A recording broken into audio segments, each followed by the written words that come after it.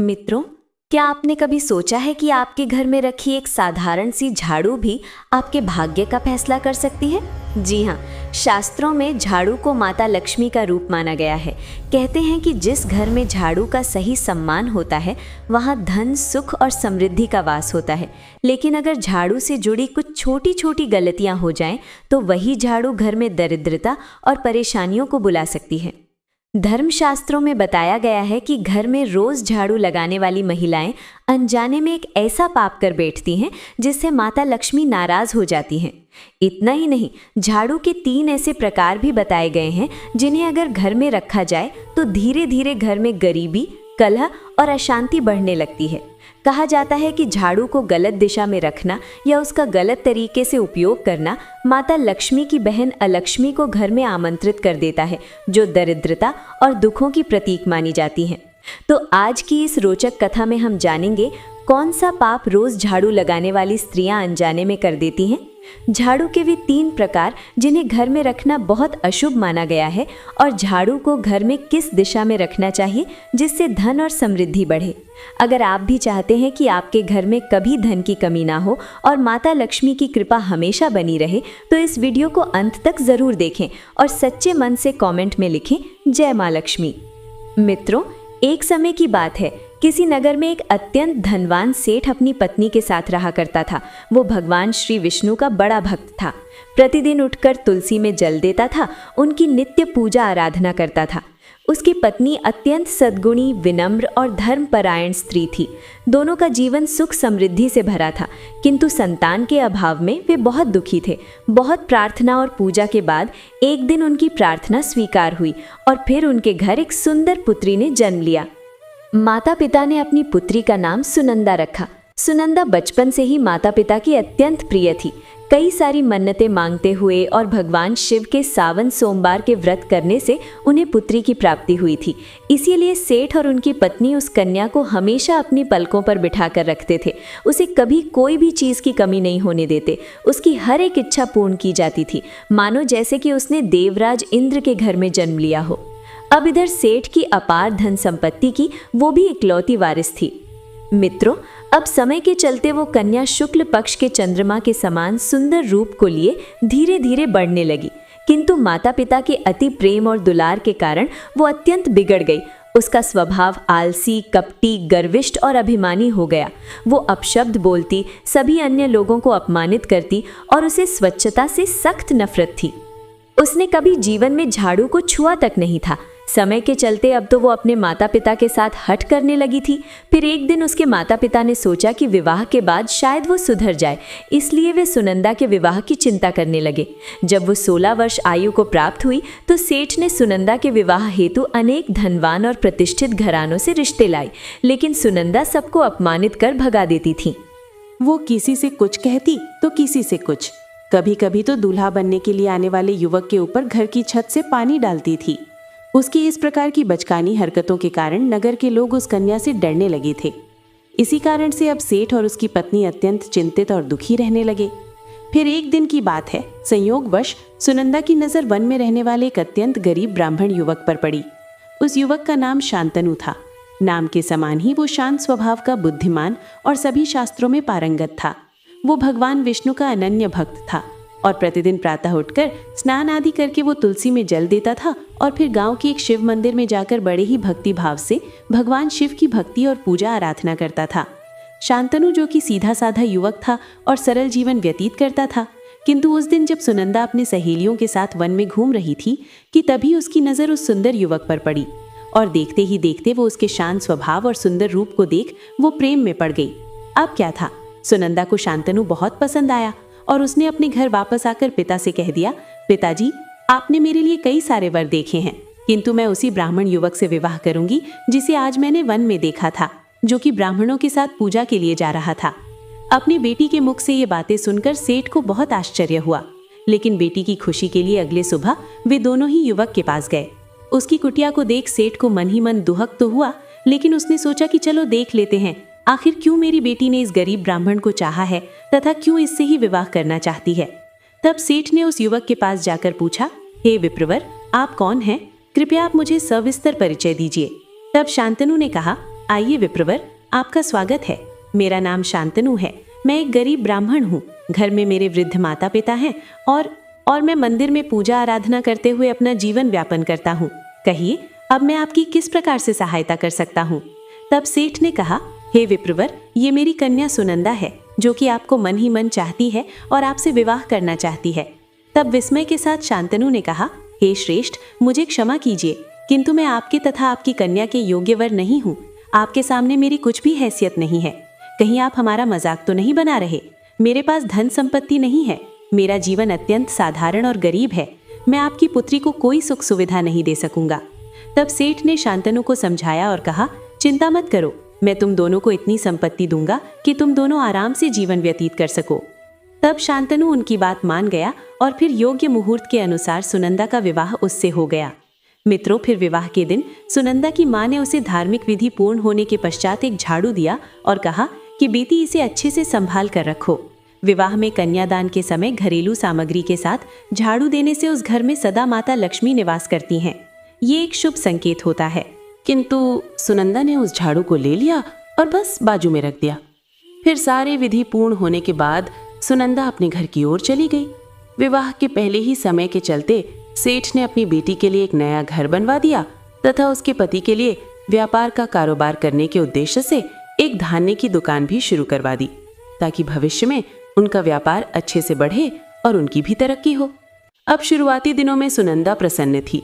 वो अपने पति के साथ स्नेहपूर्वक सहवास करती थी, लेकिन जल्द ही वो अपना असली रंग दिखाने लगी। आलसी और घमंडी होने के कारण वो घर की साफ सफाई बिल्कुल भी नहीं करती थी। अब हर समय घर गंदा रहता। भोजन के पश्चात बर्तन जैसे के तैसे पड़े के पड़े ही रहते थे।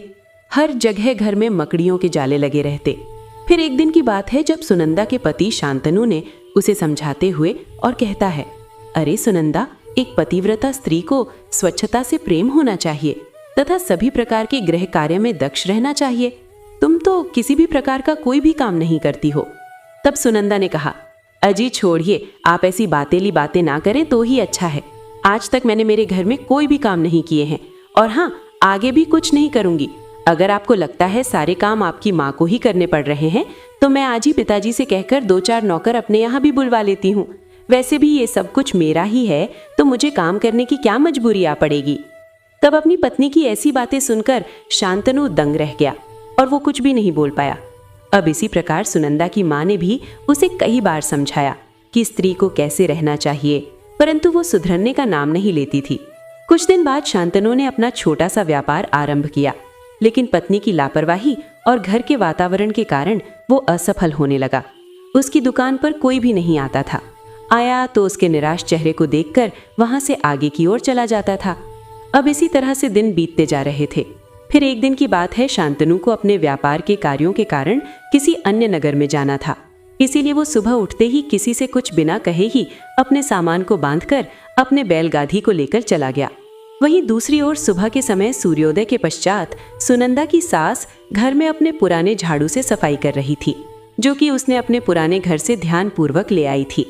वो मानती थी झाड़ू में माता लक्ष्मी का वास होता है और नित्य झाड़ू लगाने से उस स्त्री पर माता लक्ष्मी की कृपा बनी रहती है। किंतु अपने बहू के ऐसे निष्ठुर बर्ताव को देख उसे वो कुछ भी नहीं कहती थी। किंतु उसी दिन संजोग से सुनंदा का ध्यान उसकी सास की झाड़ू पर अचानक से गया, जिसे देख उसे याद आया कि उसकी माँ ने भेंट के स्वरूप में शगुन के साथ झाड़ू भी दिया था।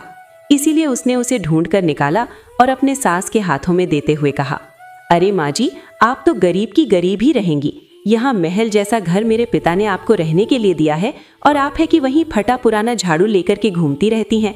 चलो, अब से आप इस नए झाड़ू से झाड़ू लगाना, और हाँ, इसके बाद मुझे वो पुराना झाड़ू फिर से नहीं दिखना चाहिए। बेचारी सास अपने बहू के तेवर से वाकिफ थी, इसीलिए वो चुप रही और कुछ भी नहीं बोली। फिर अगले दिन जब सुनंदा की कुछ सहेलियां उसके घर में आती हैं और वे सभी बैठकर मजे से बातें करती रहती हैं, किंतु तभी अचानक से सुनंदा की सास वहां झाड़ू लगाते हुए आती है। अब जब सुनंदा की नजर उस पुराने झाड़ू पर गई तो वो क्रोध से आग बबूला हो गई और उसने उस झाड़ू को छीनकर घर के बाहर फेंक दिया और बोली, अरे बुढ़िया, मैंने आपको मना किया था कि इस झाड़ू को घर में मत रखना। आप मेरी सहेलियों के सामने क्यों मेरी बेइज्जती कर रही हैं? एक तो मेरे पिता ने आपको रहने को घर क्या दिया, आप तो मेरी ही बातों को नजरअंदाज कर रही हैं। अगर आपको यहाँ रहना है तो मेरे ही वसूलों के साथ रहना होगा, अन्यथा आपको इस घर में रहने की कोई आवश्यकता नहीं है। अपने बहू के मुख से ऐसे वचन सुनकर बेचारी सास कुछ भी बोल न सकी और अपने वस्त्र तथा कुछ सामान को लेकर वहां से चुपचाप अपने पति को साथ लेकर पुराने घर की ओर निकल गईं। उन्हें अपनी बहू का ऐसा अपमान सहन नहीं हुआ। अब जब संध्या समय को उसके घर आए मेहमानों के लिए जब उसने भोजन बनाया, सभी को परोसा और सभी लोगों ने आनंद के साथ उसे खा भी लिया। किंतु जब सुनंदा की बारी आई तो सारा भोजन समाप्त हो चुका था। आज जीवन में पहली बार उसे भूखा ही सोना पड़ा। फिर अगली सुबह उठते ही उसने घर में गंदगी के कारण झाड़ू तो लगाया, किंतु जैसे ही उसका काम हो गया उसने उसे घर के कोने में फेंक दिया और उसे पैर से अलमारी के नीचे खिसका दिया। मित्रों, वो झाड़ू को कभी सिर के ऊपर से रख देती, कभी उल्टा टिका देती। वो अक्सर शाम के बाद झाड़ू लगाने लगती और कचरा घर से बाहर फेंक देती थी। ये सास सब शास्त्रों के अनुसार माता लक्ष्मी का अपमान माना गया है, लेकिन सुनंदा को इसका कोई ज्ञान नहीं था। वो इसे सिर्फ साधारण काम समझकर कर रही थी। फिर अगली सुबह स्नान आदि करके उसने भोजन बनाया और अपने घर आए सभी मेहमानों को परोसा, किंतु सभी के भोजन के पश्चात आज फिर से सुनंदा के लिए भोजन नहीं बच पाया। अब वो बहुत आश्चर्यचकित रह गई और मन ही मन सोचने लगी कि मैंने आज रात से कई गुना अधिक भोजन बनाया था, फिर भी मुझे भूखा ही रहना पड़ा। अब फिर से उसने स्वयं के लिए चावल पकाकर खा लिए। फिर दूसरे दिन जब सुनंदा ने घर में झाड़ू लगाया, किंतु आज भी उसने पैर से छूकर बाहर निकाला और स्वच्छता के बाद उसे वैसे दरवाजे के पीछे खड़ा रख दिया। मित्रों, अब होनी को कुछ और ही मंजूर था। सुनंदा जाने अनजाने में गलतियां करती ही जा रही थी, लेकिन उसके घर की नकारात्मकता की समझ उसे नहीं आ रही थी। अब इसी प्रकार से कुछ दिन बीतते जा रहे थे। सुनंदा अब अकेली होने के कारण उससे मिलने हर दिन कोई ना कोई मेहमान आता रहता था, किंतु जब भी वो उनके लिए भोजन बनाती और पहले से अधिक मात्रा में बनाती थी, फिर भी वो समाप्त हो जाता था।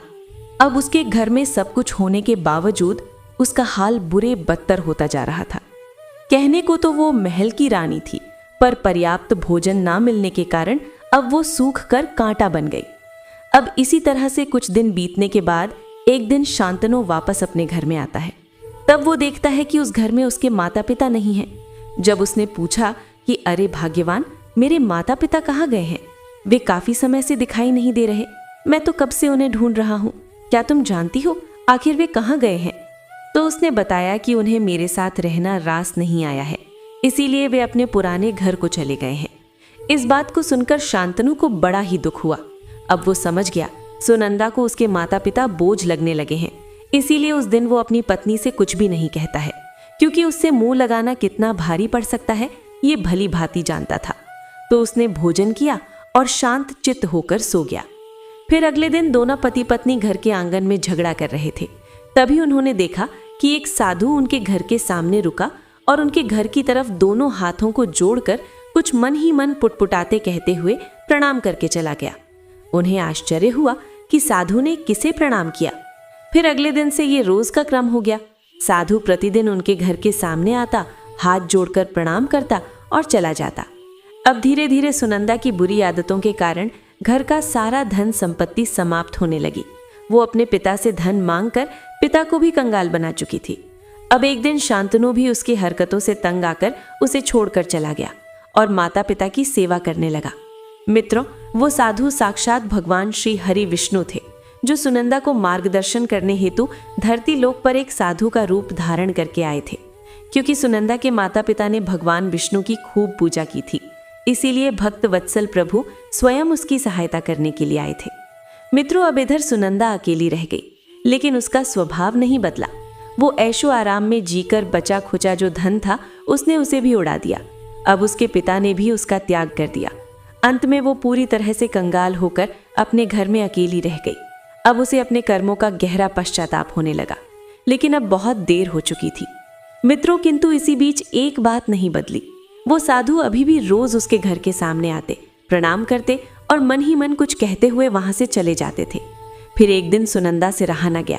वो घर के बाहर निकली और क्रोध से बोली, हे साधु, प्रतिदिन मेरे घर को देखकर तुम किसे प्रणाम करते हो? मेरे घर में तो अब कुछ भी नहीं बचा, लेकिन तुम हो कि हर दिन मुझे प्रणाम करते हो। आखिर तुम्हें क्या चाहिए? तब वो साधु मुस्कुराया और बोला, हे पुत्री, मैं तुम्हारे घर में विराजमान देवी अलक्ष्मी को प्रणाम करता हूँ। तुम्हारे घर में जो गंदगी, आलस्य, अभिमान और कटुवाणी विराजमान है, वही देवी अलक्ष्मी का स्वरूप है। मैं उनका सम्मान करता हूँ ताकि वे मेरे घर कभी ना आए। इसीलिए प्रतिदिन जब भी मैं आपके घर के सामने से गुजरता हूँ, मैं अलक्ष्मी जी को प्रणाम करता हूँ। देखो, जो तुम्हारे घर के ऊपर बैठी हुई है वो। मित्रों, अब क्या था? सुनंदा ये सुनकर हतप्रभ रह गई, मानो कि अब तो उसके पैरों के नीचे से जमीन खिसक गई हो। वो कुछ पलों के लिए सदमा पाकर शांत रह गई और कुछ भी आगे बोल नहीं पाई। जब उसने खुद को संभाला तब उसे समझ आ गया कि उसने कोई तो बड़ी भूल की है। उसने स्वयं ही देवी लक्ष्मी को त्याग कर देवी अलक्ष्मी को अपने घर में स्थान दिया था। अब वो फूट फूट कर रोने लगी, जिस कारण से उसके साथ ऐसे हो रहा है। तब उसने उस साधु के चरणों को पकड़ लिया और बोली, हे महात्मा, कृपा करें और मुझे इसका कोई उपाय बताएं। सुनंदा के विनम्र भाव को तथा उसके भीतर के पश्चाताप को देखकर साधु भगवान श्री हरि विष्णु कहते हैं, हे पुत्री, अगर तुझ में साहस है तो ध्यान से सुनो। तुम्हारी ही गलती के कारण ऐसे प्रकोप हुआ है। तुमने घर में रखी झाड़ू का अपमान किया था, इसीलिए देवी लक्ष्मी तुम्हारे घर से रुष्ट होकर चली गई हैं। तब सुनंदा कहती है, हे स्वामी, मुझे क्षमा करें और मेरा मार्गदर्शन करें। मैं इस भूल के लिए माता लक्ष्मी से क्षमा याचना करूंगी। आज से उनकी नित्य पूजा आराधना करूंगी। हे महाराज, आपसे मैं विनती करती हूँ, मेरा मार्गदर्शन करें। मित्रों, तब साधु भगवान विष्णु कहते हैं, हे पुत्री, उठो, शांत हो जाओ, मैं तुम्हें मार्गदर्शन करता हूँ, किंतु अब तुम मेरे प्रत्येक शब्द को ध्यानपूर्वक सुनना। तब सुनंदा हाथ जोड़कर साधु से प्रणाम करती है और कहती है, जी हाँ महाराज, अब आप मुझ पर कृपा करें। तब आगे साधु कहते हैं, हे पुत्री, झाड़ू सिर्फ गंदगी साफ करने का औजार नहीं, ये आपके भाग्य की दिशा भी तय कर सकती है। शास्त्रों में झाड़ू को माता लक्ष्मी का प्रतीक माना गया है। इसे सही तरीके से इस्तेमाल किया जाए तो ये धन, समृद्धि और सुख शांति लाने वाली होती है, लेकिन लापरवाही से इसका उपयोग घर में दरिद्रता, अशांति और संकट ला सकता है। अब तुम्हें मैं झाड़ू के प्रकारों के विषय में बताता हूँ तथा कौन सी झाड़ू शुभ होती है या कौन सी अशुभ है। तो सुनो, झाड़ू 3 प्रकार की होती है। पहला, प्लास्टिक की झाड़ू। ये पूरी तरह त्याज्य मानी जाती है, इसमें धार्मिक ऊर्जा नहीं होती। दूसरा है सीकों वाली झाड़ू। ये सबसे उपयुक्त मानी जाती है, इसे देवी लक्ष्मी का वाहन कहा गया है। और तीसरा है फूल या सजावटी झाड़ू। ये केवल सजावट के लिए है, सफाई के लिए उपयोग नहीं करनी चाहिए।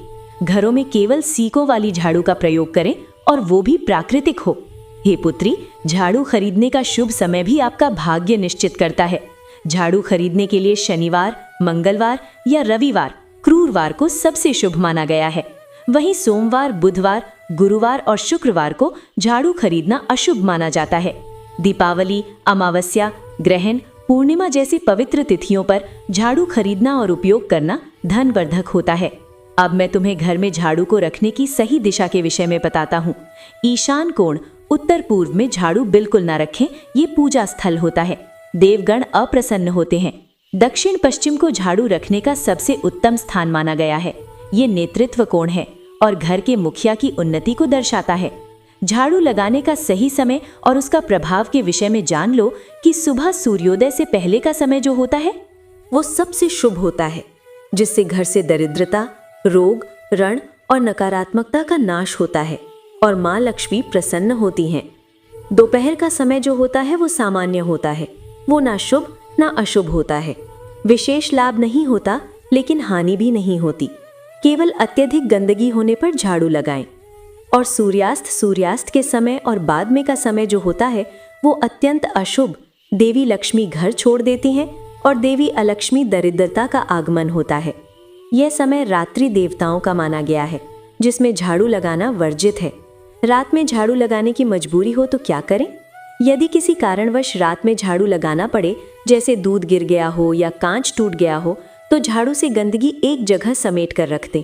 वो कचरा बाहर न फेंके और कचरा सुबह सूरज उगने के बाद ही बाहर डालें, क्योंकि ये माना जाता है कि रात में घर का कचरा बाहर निकालना घर से लक्ष्मी के जाने का संकेत होता है और धन का नाश करता है।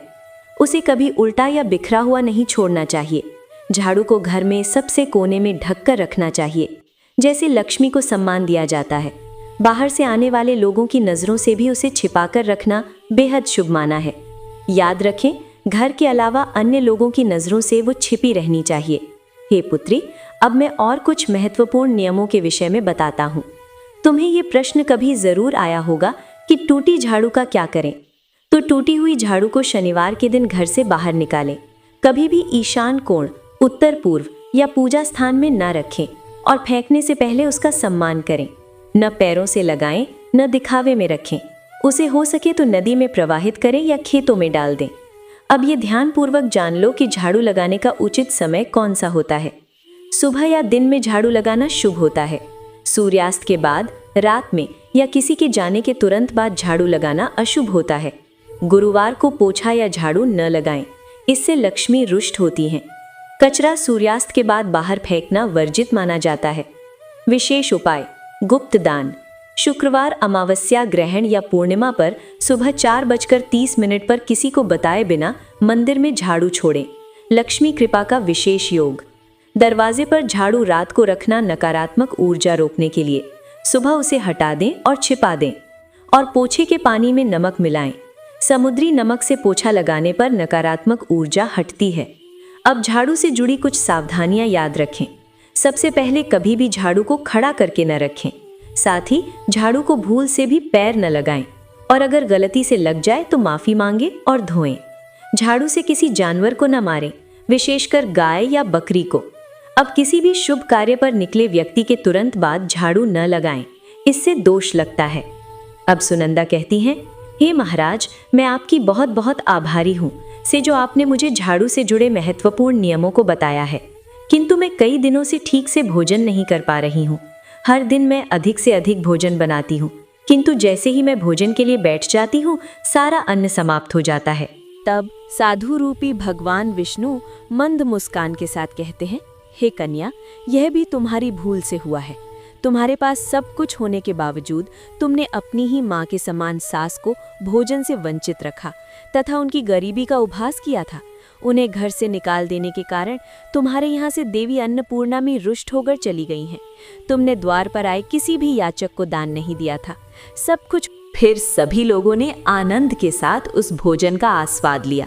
विशेष तो ये बात थी कि आज कई दिनों के बाद सुनंदा ने पहली बार भरपेट भोजन किया।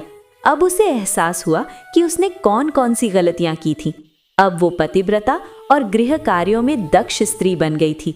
अब हर दिन वो तुलसी में जल देती और पूजा आराधना करती थी और सही समय पर घर में सफाई तथा झाड़ू लगाती थी। तो मित्रों, इस कथा से हमें शिक्षा मिलती है कि घर में गंदगी, आलस्य, कटुवाणी और अभिमान से देवी अलक्ष्मी का वास होता है और जीवन में दुहक, दरिद्रता का आगमन होता है। इसलिए सदैव स्वच्छता, मधुर वाणी और विनम्रता का पालन करना चाहिए। तो मित्रों, आशा करते हैं कि आपको ये कथा अवश्य ही पसंद आई होगी। तो वीडियो को लाइक और चैनल को सब्सक्राइब करना मत भूलिए। आप सभी का धन्यवाद।